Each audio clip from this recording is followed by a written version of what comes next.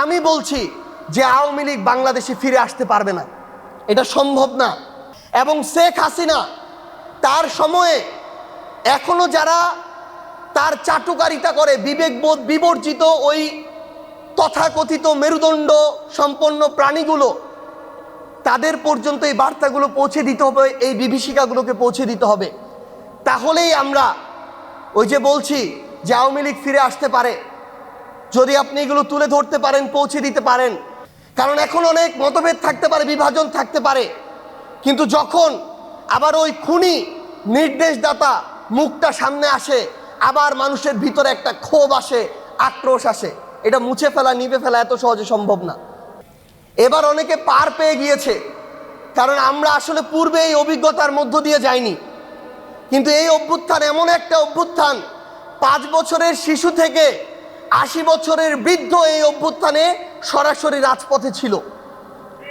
তাই আগামীতে প্রশাসন বলেন, সিভিল সার্ভিস, পুলিশ কিংবা যে কোনো জায়গায় যে কেউ আগের মতো এই নিজের মেরুদণ্ডকে, ব্যক্তিত্বকে বিকিয়ে দিয়ে আর পার পেয়ে যাবেন না।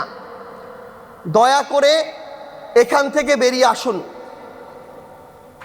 একটা জিনিস আহ্বান করব, এখানে আমাদের মেইন স্ট্রিম মিডিয়ার অনেক ভাইরা রয়েছেন, ইভেন সোশ্যাল মিডিয়ায় গুরুত্বপূর্ণ ভূমিকা পালন করেন এমন অনেকে আছেন। যখন শাপলার 2013 সালের এই ঘটনা হয়, এই গণহত্যা হয়, আমি 10ম শ্রেণীর একজন শিক্ষার্থী এবং বাংলাদেশের প্রত্যন্ত গ্রাম বলতে যা বোঝায় সেই গ্রামের একটা স্কুলে পড়তাম। আমার স্কুল থেকে ভারতের সীমান্ত 1 কিলোমিটার। আমি ওই রকম একটা প্রত্যন্ত গ্রামে বড় হয়েছি। এই 24-এর অভ্যুত্থানের ঘটনা বাংলাদেশের প্রত্যেকটা গ্রামে পৌঁছে গিয়েছে, কারণ এই অভ্যুত্থানে সক্রিয়ভাবে অংশগ্রহণ ওই উপজেলা, ইউনিয়ন পর্যায় পর্যন্ত হয়েছিল। কিন্তু আমি তো ওই প্রত্যন্ত গ্রামে থেকে যেভাবে 24-এর কথাগুলোকে মানুষের মুখে শুনি, একজন প্রবীণ 80 বছরের বৃদ্ধর কাছে শুনি, 9 কিংবা 13 কিংবা 21-এর এই ঘটনাগুলো তাদের কাছে পর্যন্ত পৌঁছায়নি, পৌঁছাতে দেয়া হয়নি, মেইন স্ট্রিম করতে দেয়া হয়নি। আমি আপনাদেরকে আহ্বান করব, এত বড় একটি গণহত্যা, এটা যেন এখন আপনাদের মধ্য দিয়ে বাংলাদেশের মানুষের কাছে পৌঁছায়। আওয়ামী লীগ ক্ষমতায় আসার পরই বাংলাদেশে যখন নতুন একটা সরকার এসে মানুষ কিছু বুঝে ওঠার আগেই রাষ্ট্রযন্ত্রকে ব্যবহার করে, দলীয় নেতাকর্মীদেরকে ব্যবহার করে, সশস্ত্র বাহিনীকে ব্যবহার করে এবং বিদেশি এজেন্টদের সদস্যদেরকে ব্যবহার করে দেশের সুসজ্জিত একটি বাহিনীর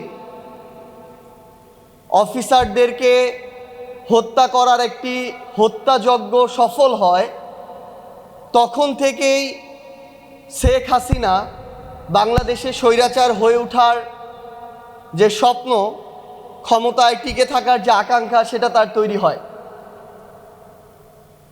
এবং সেই 9-এ মোট 74 জনকে হত্যা করার মধ্য দিয়ে যখন 2013 সাল আসে, সেখানে বিচারিক প্রক্রিয়ার নামে আরেকটা বিচার বহির্ভূত হত্যাকাণ্ডের মঞ্চ যখন সাজানো হয়, আবার আমাদের ধর্মপ্রাণ মুসলমানদেরকে কর্নার করার জন্য যখন বিভিন্ন নাটকের মঞ্চায়ন করা হয়, তখন 2013 সালেও যখন বর্তমান প্রাপ্ত তথ্য মতে 67 জন, কিন্তু সেখানকার প্রত্যক্ষদর্শীরা বলছেন ট্রাকে ট্রাকে যে সংখ্যায় লাশ নিয়ে গণকবর দেওয়া হয়েছে সেটা কয়েকশো ছাড়িয়ে যাবে।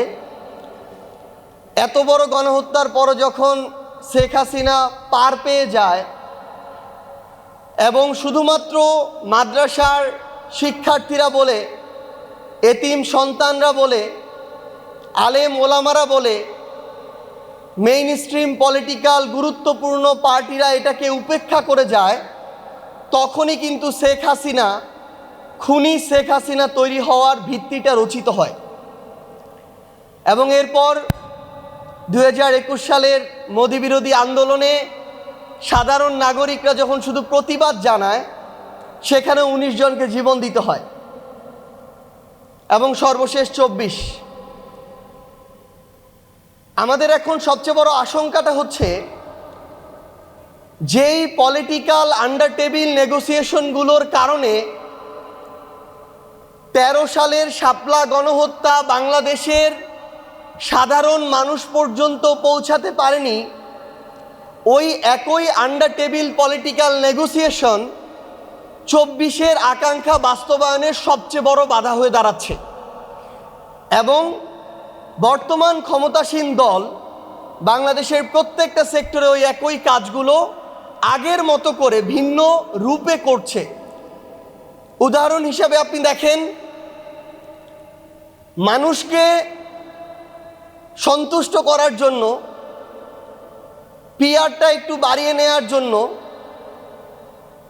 তাদের এমন পোশাক পরিধান করা শুরু করবে যেটা আপনার পছন্দ হবে, মনে হবে একটাই আছে আর কিছু নাই। এমনভাবে চলবে মনে হবে আপনার ভাইও এভাবে চলে, আপনার অতি আপন। এমনভাবে কথা বলবে মনে হচ্ছে আপনার পরিবারের সদস্যরা এভাবে কথা বলে, তাদের হাতেই নিরাপদ। কিন্তু আমরা দেখছি 24-এর আগে মিডিয়াকে যেভাবে কৌশলগতভাবে সিআরআই দিয়ে হোক, এজেন্সি দিয়ে হোক দখল করা হতো, 26 নির্বাচন পরবর্তী সময়ে বর্তমান ক্ষমতাসীন দল তার চেয়ে নগ্নভাবে মিডিয়াকে দখল করছে। আগে head of news, head of multimedia, CEO তাদের মতো করে চললে হতো, তাদের কথা শুনলে হতো। আর এখনকার শর্ত হচ্ছে হাউজের সিইও থেকে শুরু করে head of news, head of multimedia প্রত্যেককে বিএনপির দলীয় হইতে হবে। এখনকার শর্ত হচ্ছে এই দলীয় হওয়ার পরও মন শান্তি হয় না, এবার ওই মিডিয়া হাউসের শেয়ার আমার এই নেতাকে দিতে হবে, তারপর শান্তি। তো আমরা এই তারা ভিতরে যে নতুন করে নীল নকশা করার চেষ্টা করছে, আমরা বরং এই নকশাটাকে খুব ওপেন মনে হয় আমাদের কাছে। তাদের অপরিণত আচরণের কারণে, অসহনশীলতার কারণে এবং অতিরিক্ত ক্ষুধার কারণে আমরা দেখি বিগত 16 বছরে এই বাংলাদেশে এই যে হত্যাকাণ্ডগুলোর কথা আমরা বলছি, এগুলোর প্রেসক্রিপশন করা থেকে শুরু করে বাস্তবায়ন করা প্রত্যেকটা জায়গায় পার্শ্ববর্তী দেশ তাদের এজেন্সির সক্রিয় প্রত্যক্ষ পরোক্ষ অংশগ্রহণ ছিল। আমরা দেখেছি তাদের হাতে, তাদের পরিকল্পনা অনুযায়ী দেশ চালানো হয়েছে, তাদেরকে ক্যাপাসিটি চার্জ দিয়ে ক্ষমতায় টিকে থাকা হয়েছে। কিন্তু আমরা এখন একইভাবে দেখছি আমার বাংলাদেশের সীমান্তে একদিনে একটা জায়গায় 2 জনকে গুলি করে হত্যা করা হয়, আমার দেশের পররাষ্ট্র মন্ত্রণালয়ের সরকার প্রধানের কোনো স্টেটমেন্ট তাদের কাছে পর্যন্ত পৌঁছায় না। আমরা দেখছি ভারত কিংবা পশ্চিমবঙ্গ, সেখানে তারা তাদের বিজেপির রাজনীতি করছে, উগ্র সাম্প্রদায়িকতার রাজনীতি করছে, করুক। আমরা দেখছি এই রাজনীতিতে তারা যে পরিমাণে মুসলিম বিদ্বেষ নিয়ে এসেছে, যে পরিমাণে জ্বালাও পোড়াও করছে, খুন করছে, মানুষকে নির্যাতন করাটাকে বৈধ মনে করছে, এটাকেও তারা যখন বৈধতা দিচ্ছে, আমরা একজন নাগরিক হিসেবে, প্রতিবেশী রাষ্ট্র হিসেবে এই ধরনের মানবতা বিরোধী যে অপরাধগুলো, এগুলোতেও আমাদের মতামত দেওয়ার মতো সাহসিকতা আমরা দেখাতে পারছি না। সেটা তো পারছিই না, সেটা তাদের অভ্যন্তরীণ বিষয় বলে পাশ কাটিয়ে যাচ্ছি।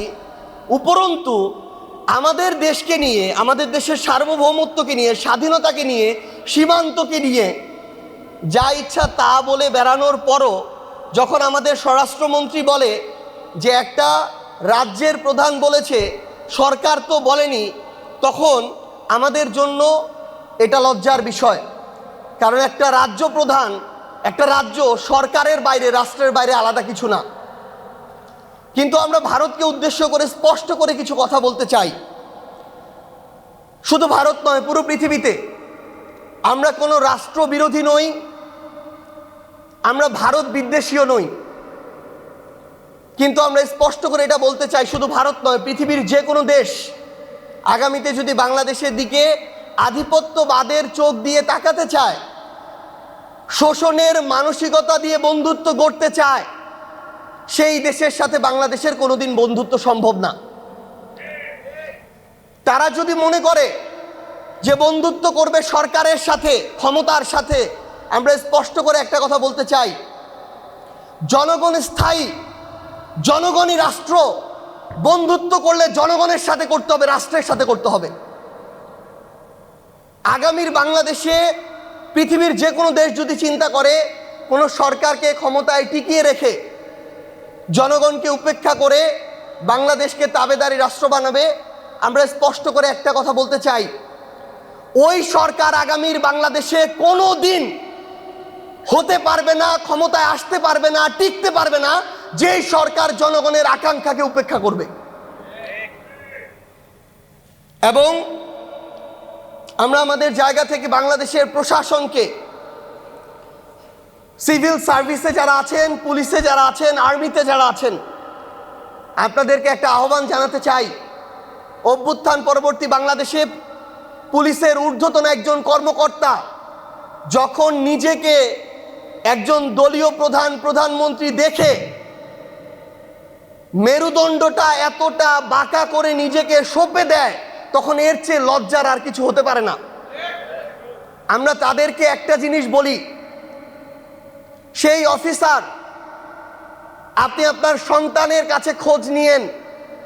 গতকালকের বক্তব্যের পর থেকে আপনার সন্তান কোথাও গিয়ে আর পরিচয় দিবে না যে আপনি এত বড় পুলিশের একটা এত বড় পদে বসে আছেন। কারণ ওই পরিচয় এখন তার জন্য হীনমন্যতার হয়েছে, লজ্জার হয়েছে। আমরা আহ্বান জানাই।